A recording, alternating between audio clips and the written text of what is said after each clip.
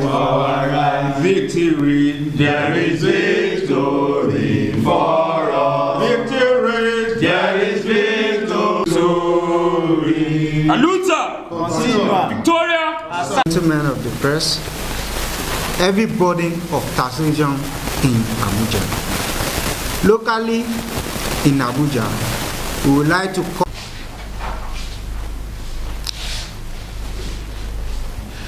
Comrades and members of the press, on minimum wage, we target minimum wage, maximum poverty. Despite the rising cost of living, the minimum wage has remained stagnant, and the 70,000 naira currently agreed upon by the organized labor and the government is far lesser than 15% of the minimum wage cost of living for workers in Nigeria. This was calculated to be 615 naira by the NSC as of May, 615,000 by the NSC as of May 2024. This has also left the workers struggling to afford essential like housing, food, healthcare, and education. The government's approach to the minimum wage negotiation has been dismal, insincere, and dismissive of the real struggle that the workers faced in our society. The minimum wage increments are often delayed or only partially fulfilled in Nigeria, and minimum wage negotiations are always marked by a lack of transparency and genuine engagement with the labor representatives. These negotiations also often exclude the representatives of the informal workers who contribute 70% of the country's GDP.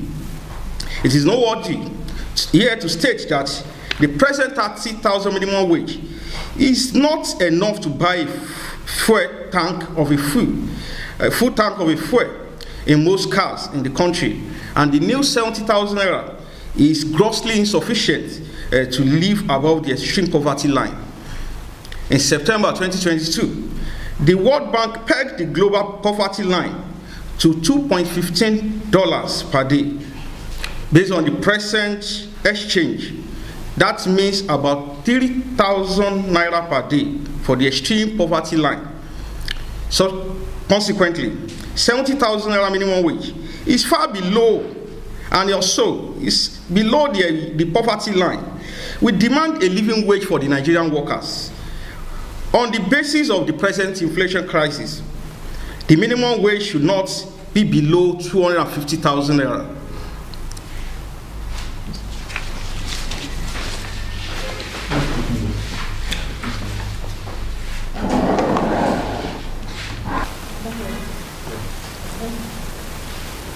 Comrades and members of the press, African on the Rise solidarity to the Kenyan protesters.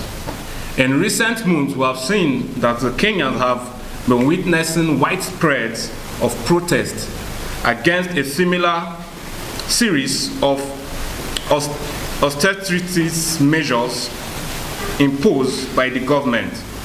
These measures are similar to those implemented in Nigeria. In Nigeria, we too have faced challenges that have tested our resilience and unity. We have seen power of collective action, the strength that lies in standing together, and the profound impact that our voice can have when raised in unison against injustice. The measures similar to those implemented in Nigeria include increase in tax, hike in cost of goods and services. Ordinary Kenyans have taken the streets to voice their opposition to the policies. The struggle in Nigeria and in Kenya are not isolated incidents, but are deeply interconnected. Both countries are grappling with devastating effects of neoliberal economic policy that prioritize austerities over human well-being.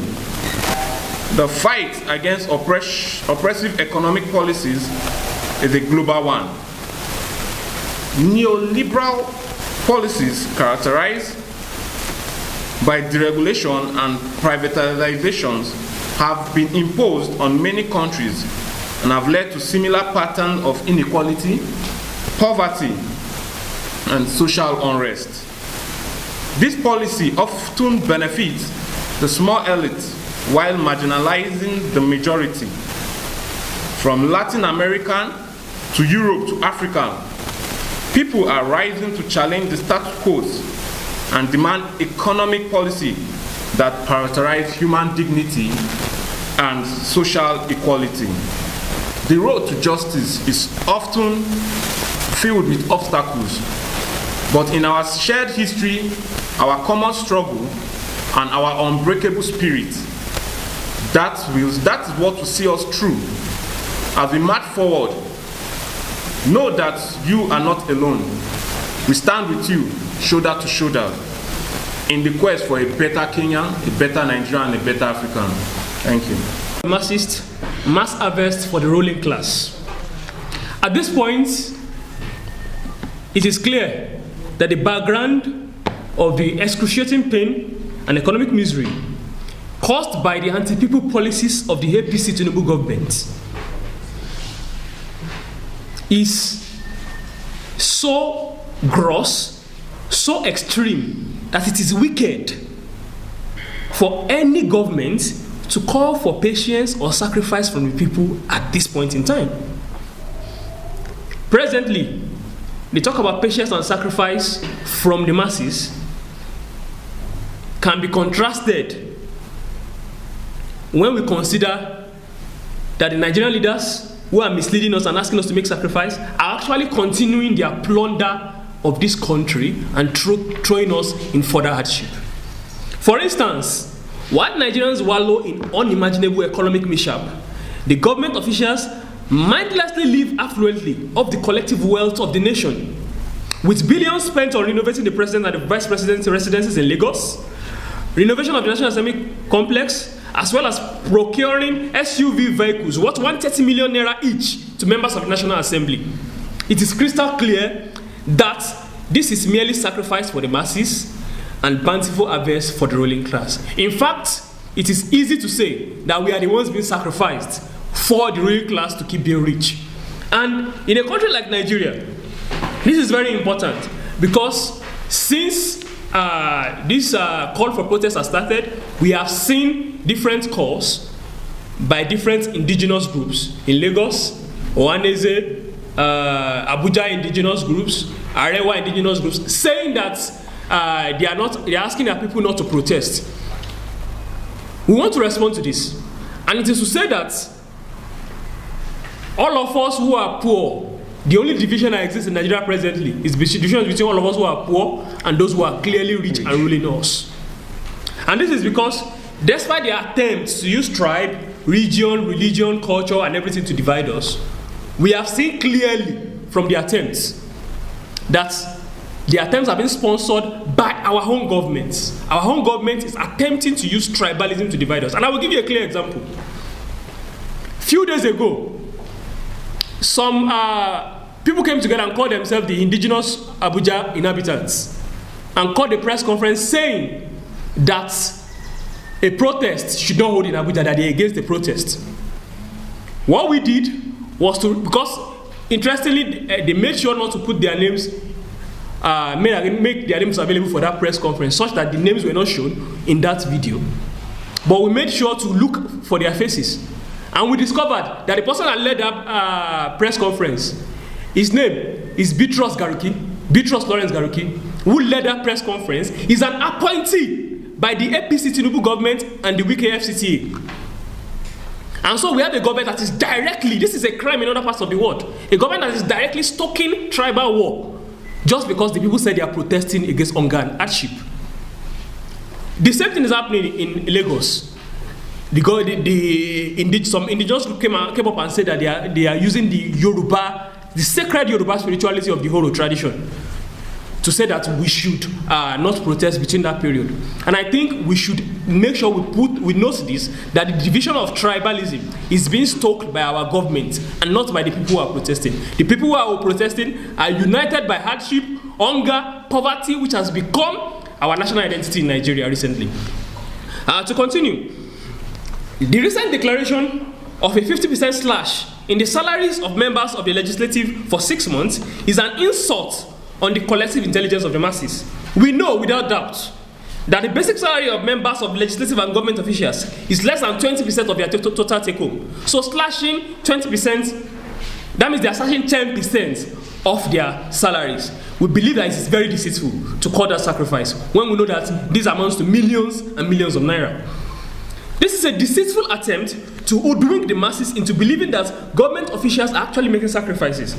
And on that basis, we are demanding that if truly they want to make sacrifices and they're not just paying eye service, our government officials should be put on the same salary schemes with the average workers that is working for them in their offices. That is the demand of those of us who are part of this protest and are part of the mobilization for this process. Thank you very much.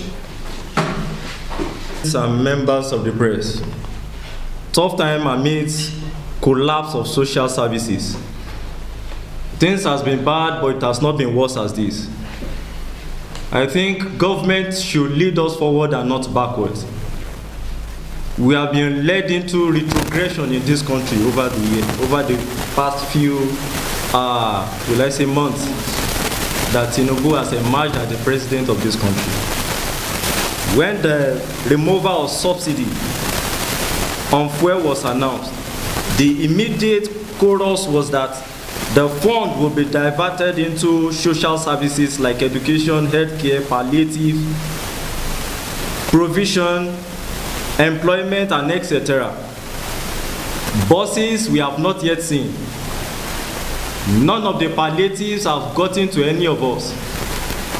In the education sector, just like the health sector, it has been a continuation of the ruinous state that was obtainable before the emergence of the Tinubu administration. Within the 2023 and now, almost all the major tertiary institutions have exorbitantly increased their fees by an average of 200%. And people who manage to graduate at the end of the day has been reduced to nothing. Those that are opportune have been reduced to Uber drivers. Despite this, facilities needed to aid effective teaching and learning are either absent or are despicable in conditions. Instead of addressing this crisis by probably funding the education sector and ensuring the proper funding of the education sector, the government initiates a loan scheme. This is a scheme. This is a quality and unaffordable education to students. Besides, this loan scheme, which has become a reason for increment in fees by administrators, is largely unacceptable to a large percentage of the students. Also, in healthcare, is unacceptable to many Nigerians. Aside from the poor state of the health facilities are in poor condition. You can hardly access drugs in our government hospitals. Each Nigerian has to be paid to be born. It has become largely unacceptable to many Nigerians to have resort to self-medication and crowdfunding of hospital bills. Nigerians deserve quality and acceptable education and health care. And yet, our politicians, the corrupt elites, they steal public funds. They travel out for medications. They steal public funds and they rub it on our face. A politician buying an SUV of 55 million for his daughter who just graduated in a country where we cannot access paracetamol in our healthcare. We demand that all the school fees increase since May 29, 2023 should be reversed immediately. Thank you very much. Comrades, members. People of Abuja. That is the reason why we are identifying issues in Abuja, like the taxation issue, the housing issue. For example, the most obvious evidence that housing is a problem in Abuja, it is that housing is the most advertised thing on the billboards in Abuja when you move around Abuja. And this is because most of these houses have been taken over by rich real estate owners who prefer to have those estates empty than for our working people who deserve to have a house because they have a government who is constitutionally responsible to take care of their welfare and security. These workers who already operate under precarious economic conditions bear the brunt of the housing crisis. Housing has become commodified and accumulated by some, while others are homeless. This crisis is characterized by the recent demolitions and the threats of demolitions across Abuja. Exorbitant rents in every part of the city, and numerous empty estates in this capital city of Nigeria. An example, which is very personal, is that in a settlement that is very close, it's called Ido Village, very close to the Uni Abuja permanent site. I personally was part of the victims of a demolition in 2021, and again we moved further backwards, and again we have been threatened with demolition in Ido Village presently in 2020, since February. And these are the issues. The part of the land that was taken in 2021 is still undeveloped till now, but people have been displaced with no compensation since 2021. This is the reason why we feel this issue, which has led to homelessness and poor living conditions for many, is just not an housing issue. It is a systemic issue that has deep systemic roots, and for that reason it requires immediate attention and action. The urgency of addressing this crisis cannot be overstated because thousands of residents are being displaced further away from the city, where they now have to take more transportation to work at the city center, and they are forced into precarious living conditions in places where normal people should not be living, and subjected to economic and psychological stress because of high rents, demolitions, and the empty estates lying around unused because of the high cost of rent in the city.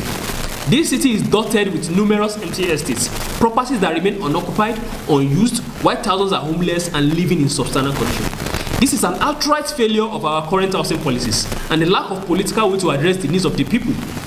On this basis, we demand an end to these oppressive practices and we call for the implementation of fair housing policies that prioritize the need of the people over profit and speculation.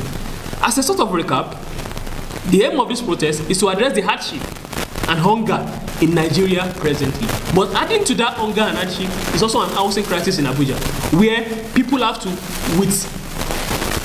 with 6 times of your salary, you will still be living far away at the outskirts of the town. And this is not something that should be obtainable in any country that is responsible to its citizens. We have also raised the fact that the sacrifice that the government claims to be making, they are not making any sacrifices. They are actually making us, the people, with sacrifices for them to keep being rich. To move to the last section, protest is our democratic right. We stand with Nigerians, and the time for mass struggle is now. This might be the major part which is most controversial about this press conference, and it is that since the charter for a protest has started earlier this month, the federal government has come out in many ways to try to discourage us from protesting. Our parents did not fight against the military. They did not fight against the military, lose their lives fighting against the military just for us to come and lose the right to protest. Because the right to protest is the most sacrosanct part of democracy. In fact, many people who do not know about the fact that we are supposed to have a protest about hunger and hardship are going to be coming to this protest just because they are angry at the fact that they are telling us to not protest. Which equivocally states that Nigerians have the right to protest, peaceful assembly, and free speech. no government, no matter the number of votes you got in an election, has the right to stop the people from dissenting. And what we've seen recently is that the government has been threatening, and they are saying that because of the issues of national security, that we should not embark on the protest, that they have intelligence, that some people want to hijack the protest and make it violent. Please, a responsible government, by now, if they are saying that since like 2 weeks ago, by now should have identified those people who want to cause violence and take them out of the space. And so that we that want to do peaceful protest can peacefully protest. But they are not doing that. Instead, they are asking us to not protest. The demands in advance. Now, the demands of our protest, the question is that in a democracy, I can decide I want to protest for anything. The demand of the protest should not be justified. So one of the arguments that they've been making is that our demands are not justified. Tinubu is still working. The demands of a protest does not have to be justified before we can have a protest. And so this is the point we are making. We are saying that if Nigeria is going to be a democracy, Nigerians, the government should be urging Nigerians to exercise their rights to be citizens of their country, which is their right to protest. Our government should understand that an unused right is an abused right. And so we are going to use our right to protest by August 1. Our right, victory, there is victory for us.